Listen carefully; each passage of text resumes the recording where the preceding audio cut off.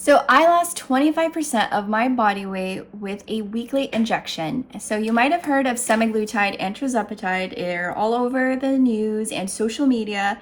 These weekly injections are for weight loss. And I have been on tirzepatide since end of March of last year, and I started at 172 pounds and now I am about 127, 128. My weight does fluctuate, as I'm sure everyone else's does. And I chose to go with tirzepatide over semaglutide because the weight loss reduction is a lot more with tirzepatide and also less side effects are associated with it. Semaglutide, also known as Ozempic, usually has about 15 to 20 body weight reduction and more side effects are associated with it. With tirzepatide, although it is a little bit more pricey, tirzepatide, also known as Mounjaro or Zepbound, has a bigger weight loss reduction between 20 to 25%. So my body weight reduction on tirzepatide was almost 25%, and I have had no side effects. Obviously, everyone's journey is different, but tirzepatide is known to have less side effects comparing it to semaglutide. Tirzepatide is more effective than semaglutide because it has two hormones. So tirzepatide is a GLP-1 and a GIP. So basically what that does is regulate your appetite, it controls your blood sugar level. So all in all, it does make you feel fuller for longer.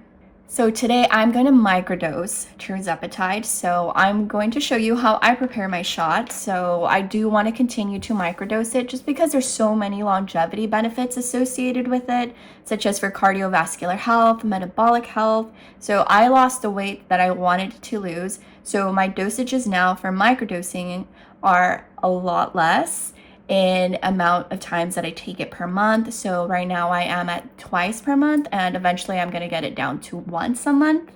And the dosage is a lot lower than when I was taking it for weight loss. So this is how I prep my shot. So these are the weekly items that you're going to be using for your injection. So you have your syringe, your medication. So I am on tirzepatide, and your alcohol prep pads. Because you are going to be using your vial multiple times in a month, you always want to make sure that you're cleaning the top.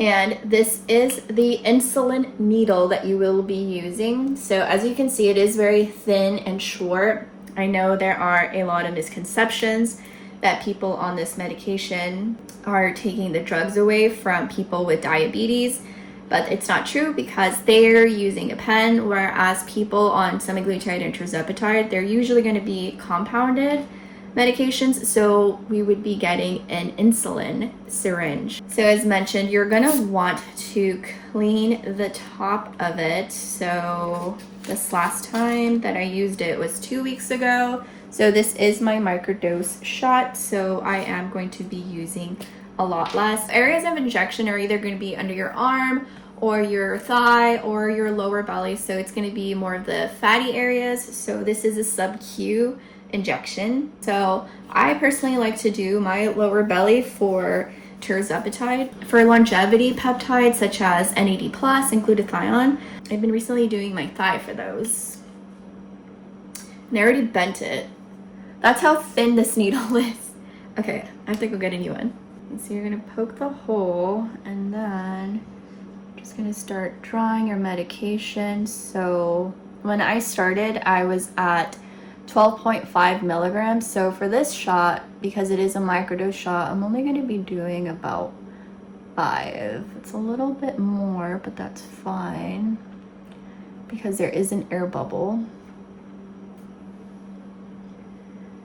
So you're going to want to tap the syringe so you get the air bubbles out. I'm just going to press down on it. So there it is. I'm gonna do another wipe. And then you're just gonna pinch the area that you're going to inject. And